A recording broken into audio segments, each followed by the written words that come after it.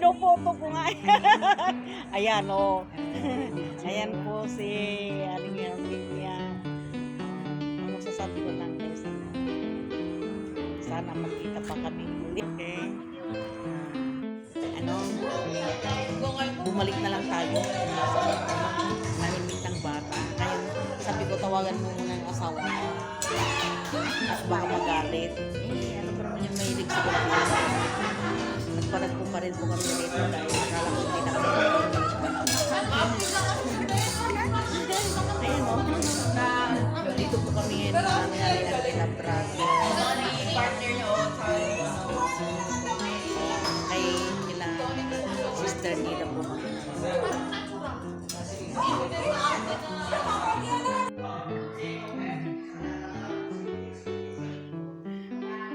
Parang ano ito eh.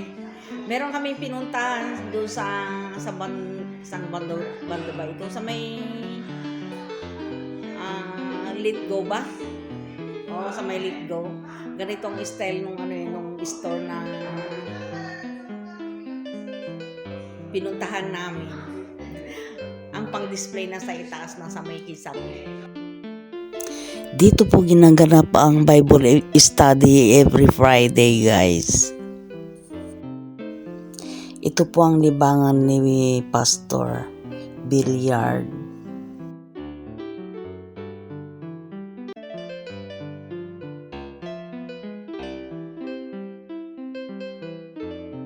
Sinong maghahatid sa iyo? Ay, yung sa airport? Oo. Chris at saka yung Oo. Pagpasok mo sa airport, anong unang-unang gagawin mo doon? My friend. check-in ka na. Check-in ka na. Oo. Punta ka sa ako. Oo, tapos, Hanapin mo yung ano. Unang gano'n. tapos, Ayan.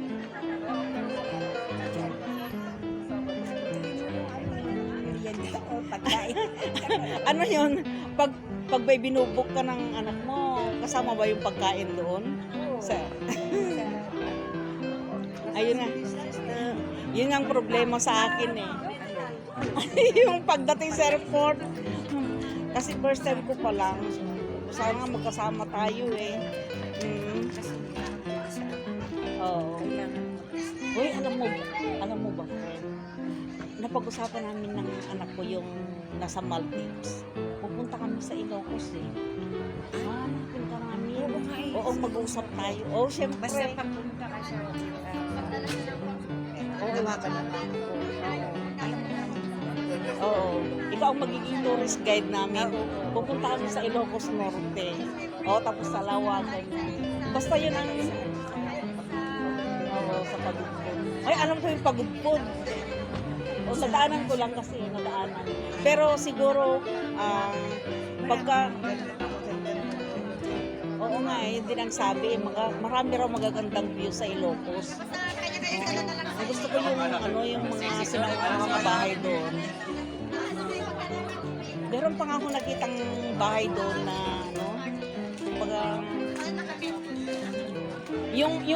yung bundok, akala mo talagang bundok siya eh. Ay, dun sa ano? Oo. Saan kaya yun? Nasa gilid ng Main highway yun eh. Ilocos Norte na tayo. Sabi ko ba yan sa mga Video daw sila. Video to. nagpa-vlog yan, vlog? Okay. Oo, sige, hanggang dito na lang. Ano?